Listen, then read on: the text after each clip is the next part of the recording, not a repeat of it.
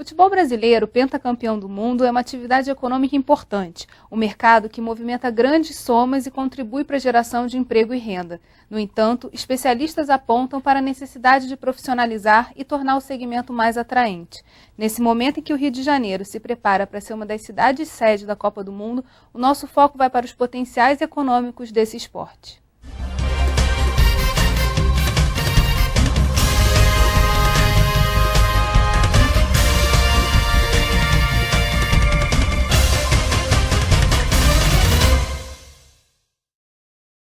O que falta para que o futebol tenha lugar de destaque na economia brasileira? Eu e o jornalista Renato Auar conversamos com o advogado especializado em direito desportivo, Pedro Trengrause. Pedro, o ministro Orlando Silva diz que o futebol é a maior expressão cultural do nosso povo. Mas o que está faltando de fato para que ele tenha destaque na economia? Ele já tem destaque na economia. O futebol brasileiro hoje é uma parte importante do arranjo produtivo nacional. Movimenta mais de R$1,5 bilhão por ano, só com as receitas dos clubes de futebol da primeira divisão. Gera milhares de empregos e, consequentemente, já tem uma relevância muito grande. Agora, é preciso uma série de ajustes para que esse potencial possa aumentar. E aí sim, haja uma contribuição ainda mais efetiva do futebol enquanto atividade econômica para o PIB do país. Se a gente for pegar só as cotas de televisão que esses clubes de primeira divisão eles recebem, é uma soma milionária, né? Uma coisa que ultrapassa $500 milhões ano. São somas realmente bem grandes, né? Esse investimento, ele é bem aproveitado? Ele é bem aproveitado na medida em que os clubes conseguem produzir uma competição atraente. O mercado publicitário investe no futebol porque tem retorno.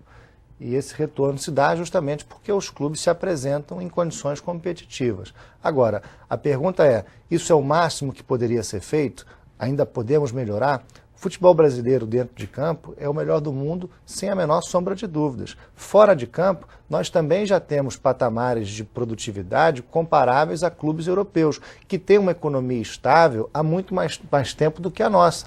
Nós vivemos hoje no Brasil um cenário econômico que nunca tivemos antes. São anos de estabilidade econômica, de crescimento econômico sustentável e que nos permite pensar em voos mais altos.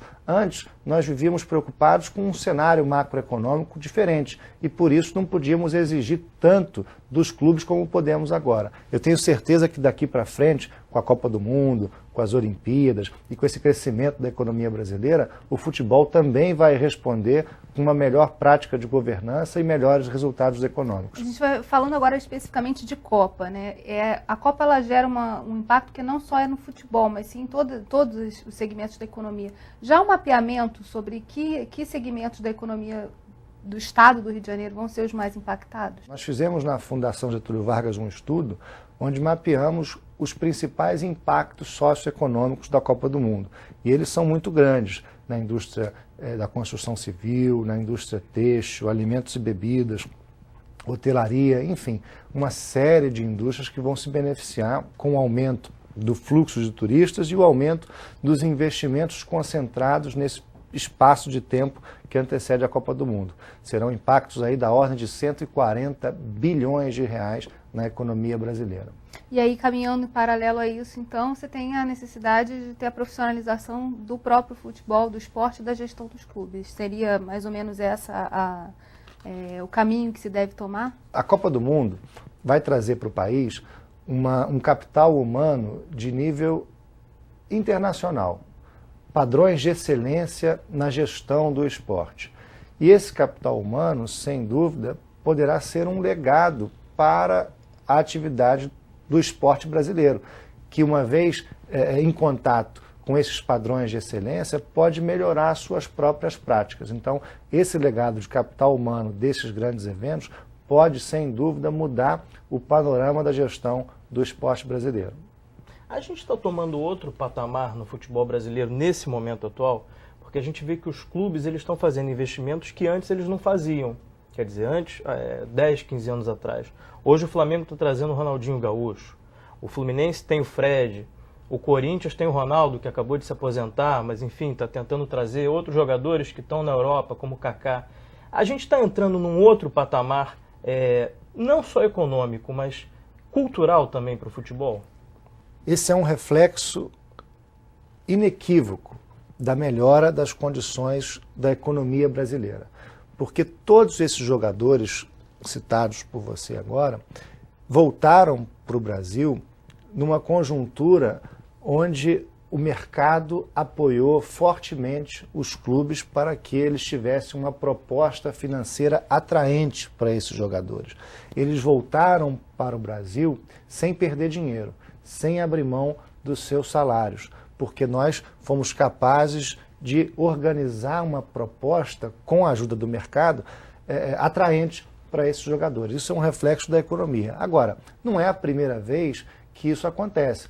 Nós podemos lembrar aqui a volta do Romário, por exemplo, eleito primeiro melhor jogador do mundo naquele ano e foi trazido do Barcelona para o Flamengo no auge da sua carreira, o que é diferente de alguns jogadores que voltaram para o Brasil nesse momento, que já estão numa trajetória descendente nas carreiras, no sentido de estar mais perto da aposentadoria do que do auge do seu potencial físico. Então, não é uma coisa nova para o futebol brasileiro, o Zico voltou da Udinese. O Flamengo, inclusive, ele é campeão nesse aspecto de repatriar jogadores no auge das suas carreiras.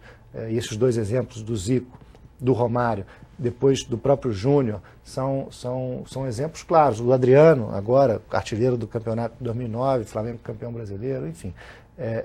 Não são novos. Agora, o momento da economia brasileira é o fator primordial para que os clubes consigam reunir as condições financeiras capazes de atrair esses atletas para cá. Saiu uma matéria na Folha de São Paulo falando sobre a repatriação do Kaká, que é possível que ele volte aqui ao futebol brasileiro, e um desses argumentos que o Kaká estaria utilizando para poder voltar ao futebol brasileiro, ter interesse, é exatamente a visibilidade com a Copa do Mundo de 2014. Quer dizer, é um fenômeno interessante, né? Com a Copa do Mundo aqui no Brasil, os jogadores de ponta lá fora também têm o interesse de voltar a jogar aqui, né? Desde que recebam bem para isso, né? Eu aposto que ele não abre mão do seu salário. Essa captação de investimento também com a Copa do Mundo vai ser a gente está vivendo um momento, na verdade, em que existe dinheiro para os clubes, como o próprio Pedro já colocou, mas existe também dinheiro para fazer esses investimentos todos, infraestrutura, enfim, é uma quantidade de investimentos gigantesca que a gente nunca teve. A gente tinha projeto, mas não tinha dinheiro. Os próprios clubes conseguem captar mais dinheiro e trazer esses jogadores, né? É uma coisa Exatamente. natural, né? Mas em relação ao legado social, eu queria entrar um pouco, assim, ampliar um pouco essa visão dos próprios clubes, mas falar sobre o legado social em termos de formação mesmo de atletas. Essa mudança na gestão, essa visão maior, esse maior aporte de investimentos na área, permite também essa melhoria na formação dos próprios atletas?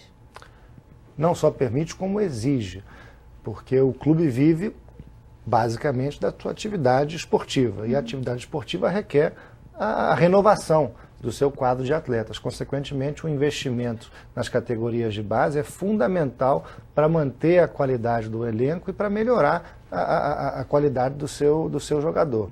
Então, a melhora desse ambiente de negócios do futebol brasileiro, sem dúvida, reflete nos investimentos que os clubes já fazem e ainda farão nas categorias de base. Mas o legado social não para por aí. Quando a gente fala do legado social, a gente fala de um conceito muito mais amplo e que merece a nossa atenção, porque o futebol, o esporte, pode ser uma ferramenta importante para a transformação da nossa sociedade. Principalmente na questão da cidadania, né? Principalmente. É um dos papéis dos clubes, né? É um dos papéis dos clubes. Não só dos clubes, dos atletas que precisam ser bons exemplos para a garotada que se espelha neles, enfim. E por aí vai. A gente tem uma série de exemplos, mas é um tema muito importante. O impacto da Copa na sustentabilidade financeira de estádios e clubes. A gente fala sobre isso no próximo bloco. Rio em Foco, que política e economia caminham juntas.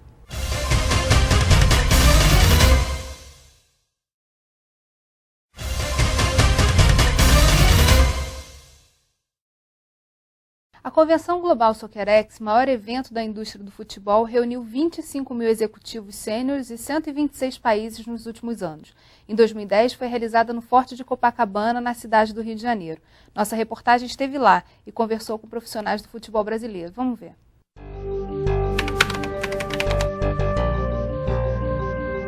Eu acho que o Rio de Janeiro está precisando de eventos como esse, ainda mais um estado que vai ter aqui 2 dos maiores eventos do esporte, Copa do Mundo e também Olimpíada.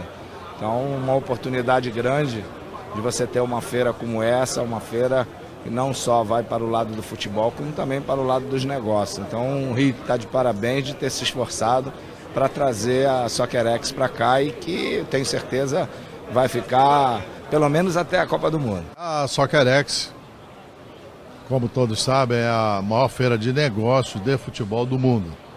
E com a proximidade da Copa do Mundo e das Olimpíadas, que serão disputadas aqui no Rio de Janeiro, esse evento SoccerX, sem dúvida nenhuma, em termos financeiros, em termos empresariais, a nível de negócio, será muito importante para o desenvolvimento, né, da cidade do Rio de Janeiro, principalmente na cidade do Rio de Janeiro.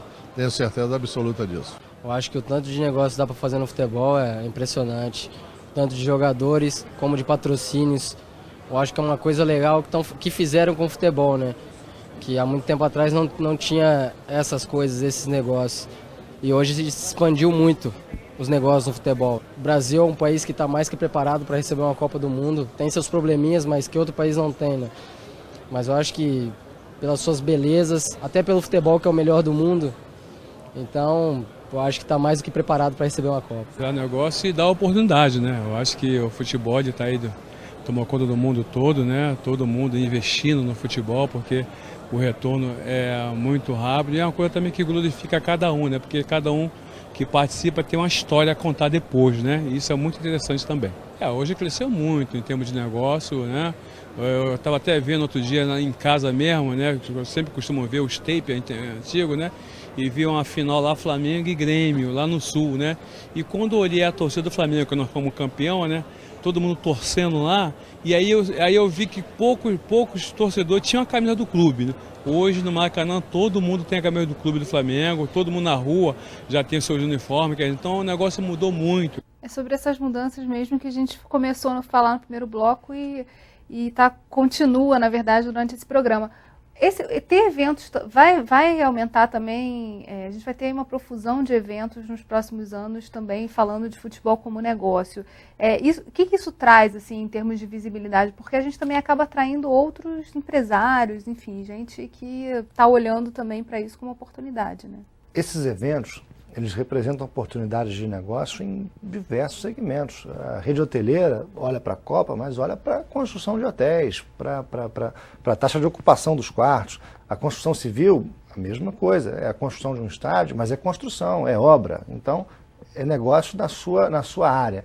Isso significa que vários empresários de vários segmentos vão tentar participar desse momento. Agora, eu queria fazer um parênteses, é sempre bom assistir o depoimento desses craques. O Adílio falar ali da final do Flamengo contra o Grêmio e chamar a atenção para essa questão das camisas, me lembra a necessidade de combater a pirataria, por exemplo. Hoje muita gente tem camisa do clube, mas não é a camisa oficial, que nem sempre tem o preço tão acessível para que as pessoas possam comprar. Olha, nós fizemos um estudo também lá na Fundação Getúlio Vargas, que demonstrou que os clubes brasileiros hoje aproveitam só 3% do seu potencial de licenciamentos. Ou seja, há um potencial de crescimento de 3.200% só com licenciamento. Isso significa que é preciso um trabalho muito forte nessa área, porque é um potencial de receitas enorme. E o Adílio falou ali exatamente sobre isso. Ele falou uma coisa muito interessante, né? Antigamente, ele via no estádio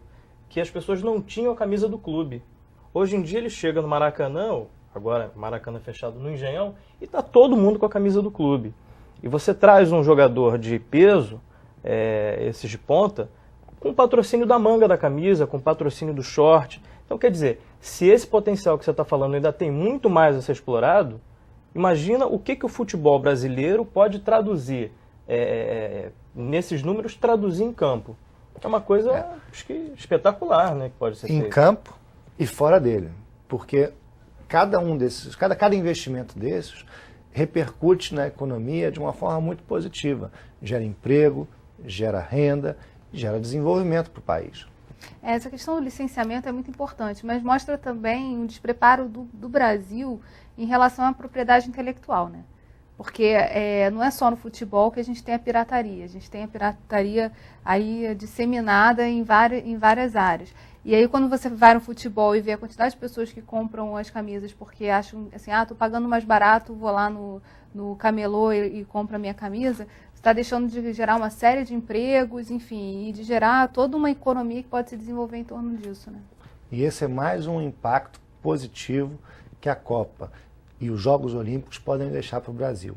São dois eventos que têm uma preocupação muito grande com a proteção das suas marcas e exigem para o país sede uma série de adequações legislativas que sejam capazes de protegê-los do ambush marketing, né, o marketing de emboscada, da pirataria, e esses ajustes legislativos vão deixar o Brasil com níveis de excelência internacional na proteção de marcas, o que pode, e eu espero que, sem dúvida nenhuma, deva refletir nas práticas do esporte brasileiro e nas questões de propriedade intelectual do país. Entra também uma questão da consciência do torcedor, né?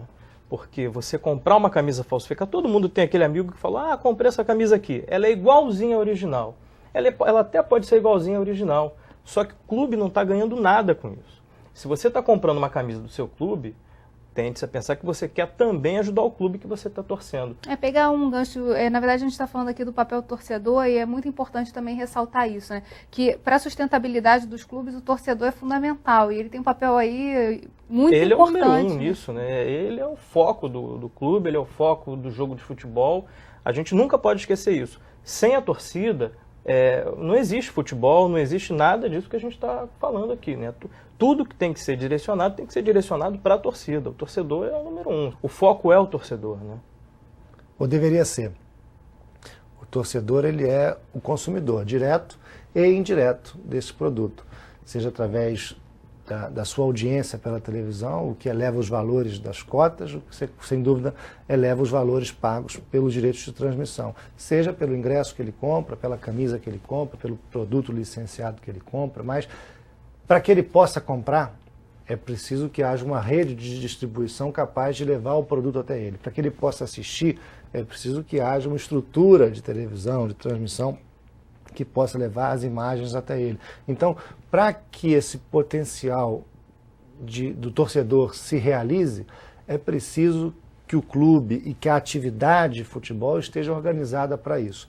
Então, quando a gente diz que o futebol brasileiro aproveita apenas 3% do seu potencial de receitas com licenciamentos, não é porque o torcedor não está comprando ou não quer comprar, é porque a estrutura não está preparada para levar o produto até ele da forma que ele possa consumir, né? E essa questão do torcedor não comprar uma camisa pirata e tal, é uma questão interessante, porque a diferença de preço é tão grande que ele talvez até gostaria de comprar a camisa original, mas ele não tem dinheiro. Então é preciso uma estratégia que consiga incluir esse contingente de torcedores que... segmentar mesmo esse mercado, né? Exatamente. O sucesso da Copa depende de uma ação coordenada entre as esferas pública e privada. Você vai saber no próximo bloco. A gente volta já. Rio em Foco aqui, política e economia caminham juntas.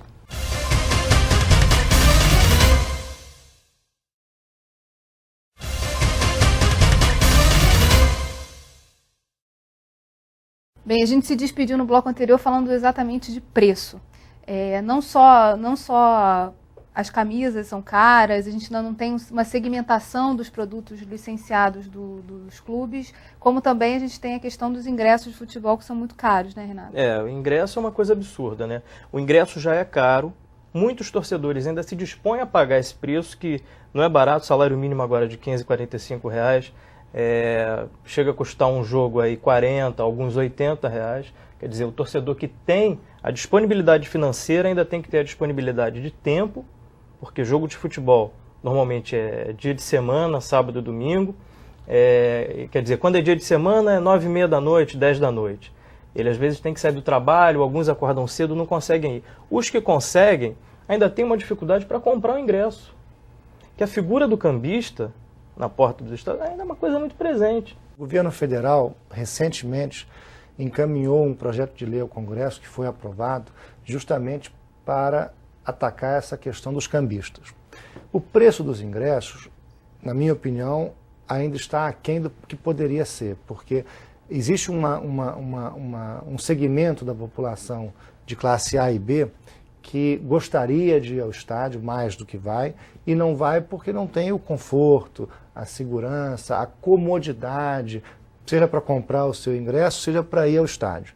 Então, enxergando o futebol como negócio, o preço do ingresso ainda poderia ser maior se houvesse mais comodidade, mais conforto e mais segurança, seja na compra do ingresso, seja na ida ao estádio, né? E com isso o ingresso seria mais uma fonte de renda ainda maior para os clubes. Então eu não queria entrar na questão do preço porque existe uma defasagem em relação... O preço poderia ser segmentado, né? Exato. Existe como é na NBA. Tem é. ingresso de $20 como tem ingresso de $9.000. Quer dizer, ele está acessível a todas as faixas de público, né? Mas porque oferece também as diferenças, tem diferença nesse nível do que cada um paga e tem como de retorno. A gente hoje em dia popularizou a questão dos estádios. A gente vai mudar um pouco isso com as obras que estão sendo exigidas para a Copa, né? A gente vai modificar o layout dos estádios, vai torná-los mais modernos. Isso vai possibilitar exatamente esse caminho de você poder diferenciar preços e aumentar o conforto e a comodidade, né? É isso. Nós temos exemplos aí de jogos onde os ingressos são vendidos a R$150, R$200, como foi, salvo engano, o jogo do Grêmio com o Flamengo em 2009, o último jogo do Campeonato Brasileiro, que valia o título, na verdade. Os ingressos terminaram há 2 semanas do jogo e havia ingressos sendo vendidos na porta do estádio por 5 vezes mais do que o preço que ele deveria ser vendido na bilheteria.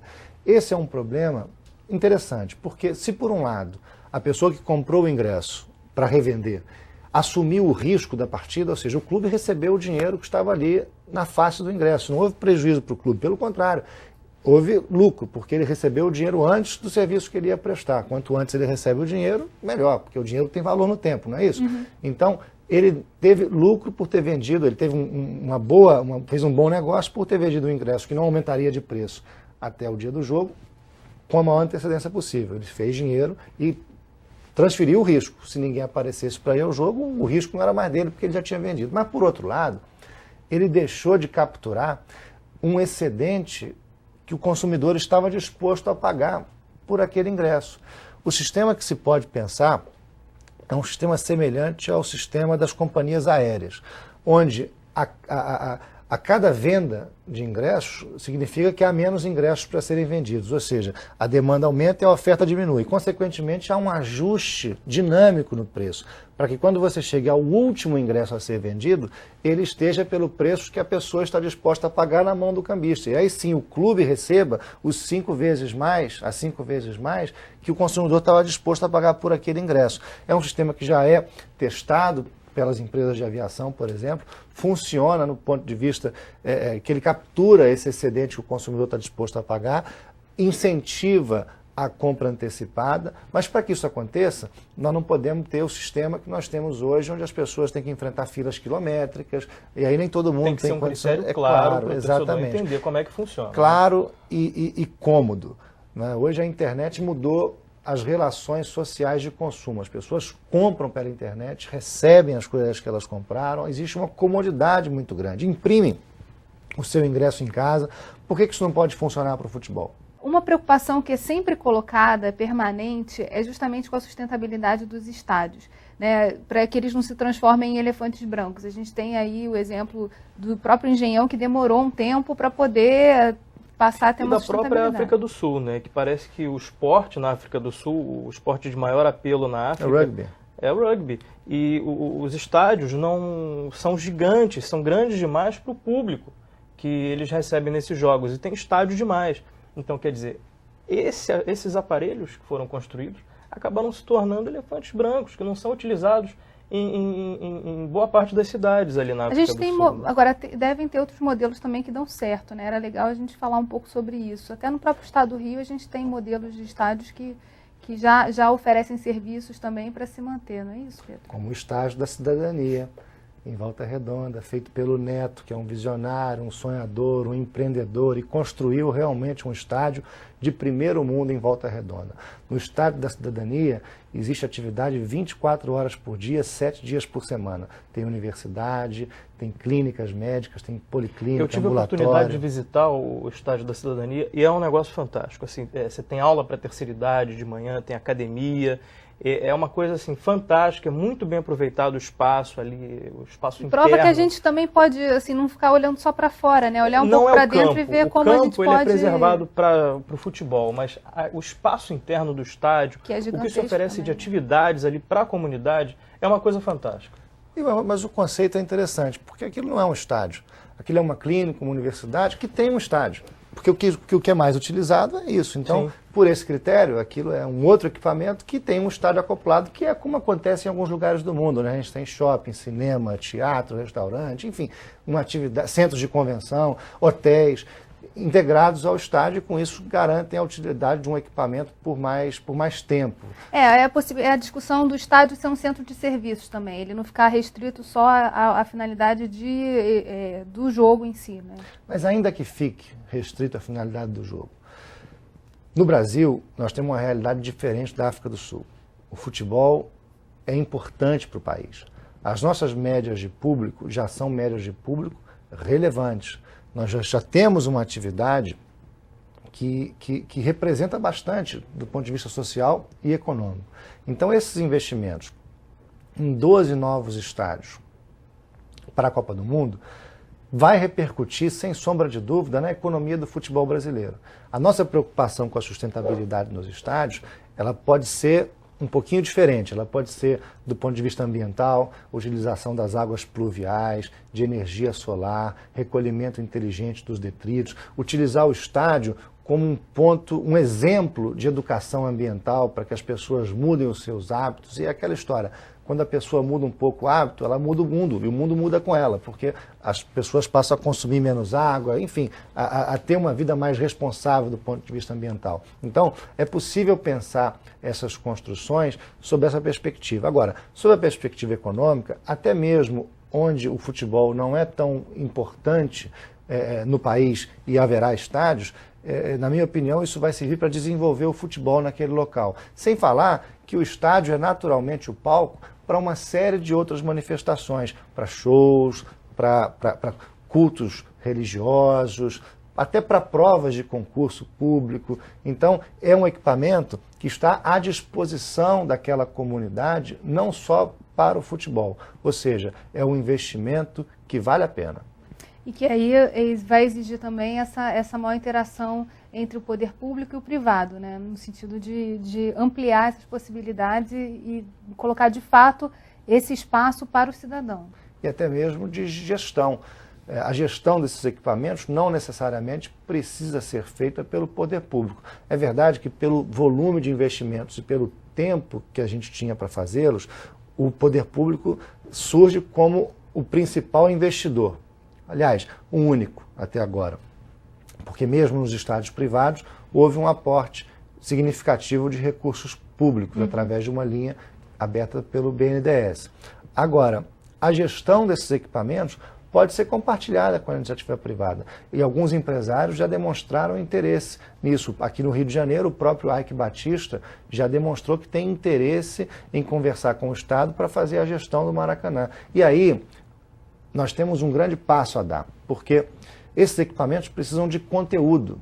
E quem tem condições de trazer esse conteúdo é a iniciativa privada, que vai ter mais agilidade para buscar uma agenda mais completa do ponto de vista do oferecimento de conteúdo. Shows, cultos, concursos, futebol, enfim, uma agenda mais inteligente do ponto de vista da iniciativa privada. Eu acho que ele pode contribuir muito para isso. A importância da Copa para a imagem do Rio. A gente fala sobre isso no próximo bloco. Rio em Foco, aqui política e economia caminham juntas.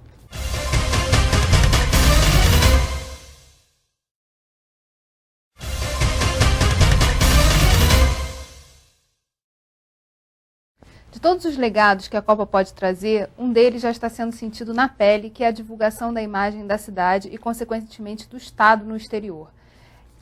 sobre essa questão da visibilidade do Rio de Janeiro. A gente falou já do potencial do turismo, já falou da própria questão do futebol, dos esportes, da agenda que a gente vai ter aí para os próximos anos. O que mais, assim, quais são as responsabilidades e os desafios que a gente tem em termos de, uma vez mostrada a imagem, fazer com que as pessoas venham, de fato, continuem vindo para o Brasil?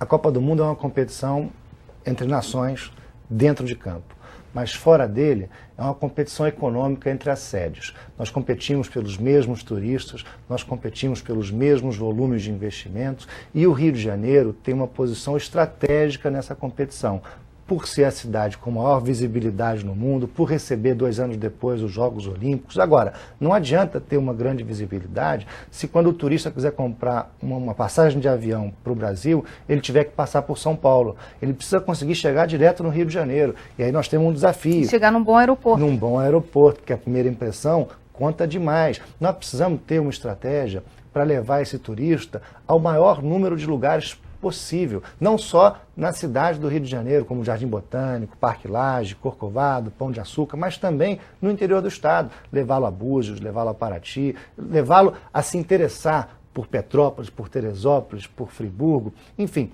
pelo Sana, lá em Macaé, de norte a sul, de leste a oeste do Rio de Janeiro, nós temos opções para oferecer a esse turista. Agora, é preciso que o estado esteja preparado, primeiro, para levá-lo a se interessar por esses roteiros e, segundo, para levá-lo até lá, porque ele precisa ter facilidade para encontrar transporte, encontrar hospedagem, encontrar a estrutura necessária para que esse turismo aconteça. O turista ele está aqui procurando comodidade, né? Ele não quer ter trabalho para... A gente falando de futebol, se ele está lá no país dele, ele tem que ter um site ou alguma coisa onde ele possa ter informação para comprar um ingresso para um jogo de futebol, para visitar esses aparelhos turísticos que o estado do Rio tem, para conseguir fazer a programação de viagem dele. Porque existe ele tá de férias, existe um tempo ocioso aí entre um jogo e o outro que justamente abre esse leque de possibilidades. Ele tem que ter comodidade, ele tem que ter o acesso à informação para poder escolher o seu roteiro, não ficar muito preso a chegar aqui e definir o que vai fazer.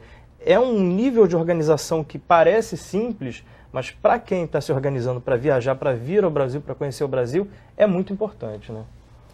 É muito importante e eu repito, o Rio de Janeiro tem vantagens comparativas em relação aos outros estados. Primeiro, pelo tamanho do estado.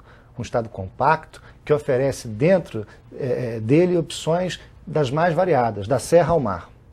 Então, nós temos essa vantagem. A segunda vantagem é a visibilidade que nós temos ser maior do que a dos demais estados. As pessoas têm vontade de vir para cá.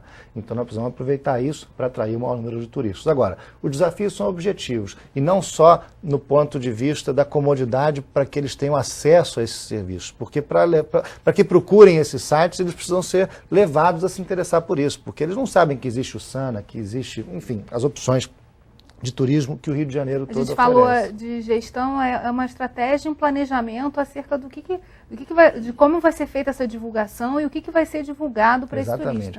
E também uma estratégia de mercado para garantir que haja essa estrutura aqui. Nós precisamos encontrar uma forma de incentivar as empresas aéreas a mudarem os seus hubs, a utilizarem mais o Rio de Janeiro como porta de entrada e porta de saída do Brasil. Talvez isso passe até por melhorar o ambiente legislativo no qual essas empresas operam no estado do Rio de Janeiro, com uma política de incentivos fiscais, ou seja, vale a pena fazer um estudo sobre isso. Porque, sem dúvida nenhuma, o Rio de Janeiro precisa melhorar as condições objetivas para que esse turista possa chegar aqui e, uma vez aqui, possa se locomover dentro do estado. Você falou um pouco do turista que vem passar férias e dos espaços entre os jogos, e no caso da Copa de 2014, isso se acentua ainda mais, porque a viagem que o turista internacional precisa fazer é uma viagem longa. Ele não pode ir e voltar como ele fazia na Alemanha. Então ele vem para cá para passar um período maior de tempo. E quanto à venda dos ingressos, não se engane, não haverá ingressos para todo mundo. Nós temos um grande desafio, que é construir a Copa do Mundo para todo mundo. Precisamos ganhar escala. O Rio de Janeiro pode e deve pensar em eventos paralelos à Copa do Mundo para que as pessoas possam assistir os jogos nas suas cidades, nos seus bairros, porque chega a ser uma questão de segurança pública. Imagina o seguinte, se o Brasil para quando a seleção joga em outro país, imagina quando estiver jogando aqui. Se nós não tivermos opções para que essas pessoas possam assistir os jogos perto das suas casas, num ambiente alegre, festivo, como é os FanFests da FIFA, por exemplo, nós corremos o risco de ter muita gente na rua e não conseguirmos controlar essas multidões. Então, o Rio de Janeiro pode pensar e sair na frente com um grande programa de FanFests por todo o interior do estado e em toda a cidade do Rio de Janeiro. Como já vem fazendo no jogo Flamengo e Grêmio, sim, teve FanFest na Sapucaí, no Piscinão de Ramos, em 6 outros lugares. Há também aqueles espaços naturais. Copacabana. Copacabana foi o FanFest oficial da FIFA, feito pela cidade do Rio de Janeiro, com a FIFA, que inclusive foi considerado referência mundial. A FIFA reconhece aquele como sendo o melhor evento de FanFest da Copa do Mundo de 2010, contando inclusive com aqueles organizados na África do Sul. Por quê? Porque o povo brasileiro gosta de futebol, gosta de festa, gosta de assistir o jogo junto e gosta desse momento de, olha, Carnaval de Salvador, de Recife, nós temos do Rio de Janeiro nas ruas.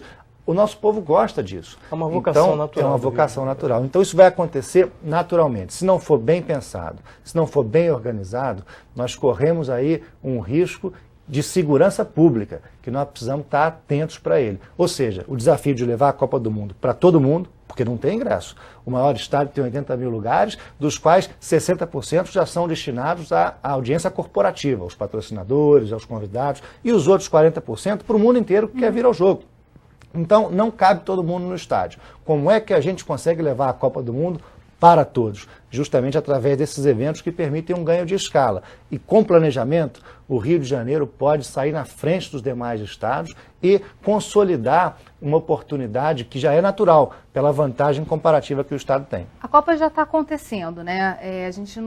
A gente fala de que é logo ali na esquina, mas ela já está acontecendo agora, com todas as obras que estão sendo feitas de infraestrutura, para dar conta desses compromissos assumidos. Só que a gente está ainda pensando, quando fala de esporte, do futebol, das Olimpíadas, em modelos do mundo. A gente já está construindo, já existe uma ideia de modelo brasileiro, de como vai ser a nossa Copa, na sua opinião? Na minha opinião, já. E nós precisamos ter coragem e ousadia para não copiar modelos pré-estabelecidos e sim construir o nosso.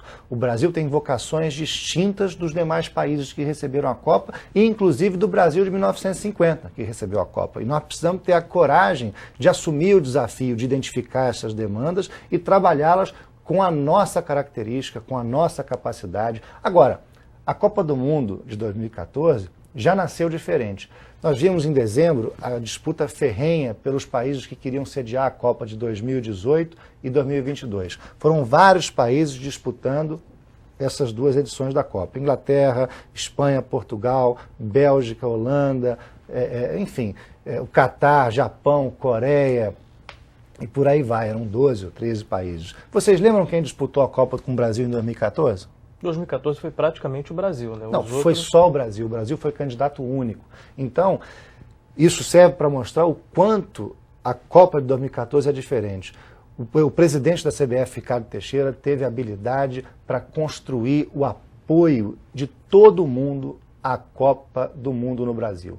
Uma coisa quase que inédita na história moderna da FIFA. E nós devemos isso a ele, ao ministro Orlando Silva e ao presidente Lula. Mas basicamente ao presidente Ricardo Teixeira, que foi o grande maestro dessa articulação, diferente das Olimpíadas, onde o Rio de Janeiro disputou com várias cidades importantes, com candidaturas fortes. Mas esse nascimento da Copa, com essa unanimidade, com esse apoio, já transforma a Copa do Mundo de 2014 em algo diferente, nunca antes visto. Já vai ser um modelo, que já está sendo visto desde Exatamente. É importante que a gente não copie modelo europeu, porque são culturas completamente diferentes, né?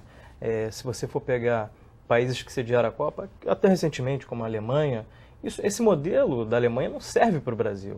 Não é uma coisa que até porque o esforço deles, por exemplo, mínimo. era para criar empolgação, quando na verdade aqui já é um esforço isso está no sangue. A estrutura eles já têm praticamente pronta, eles vão lá fazer um acerto aqui.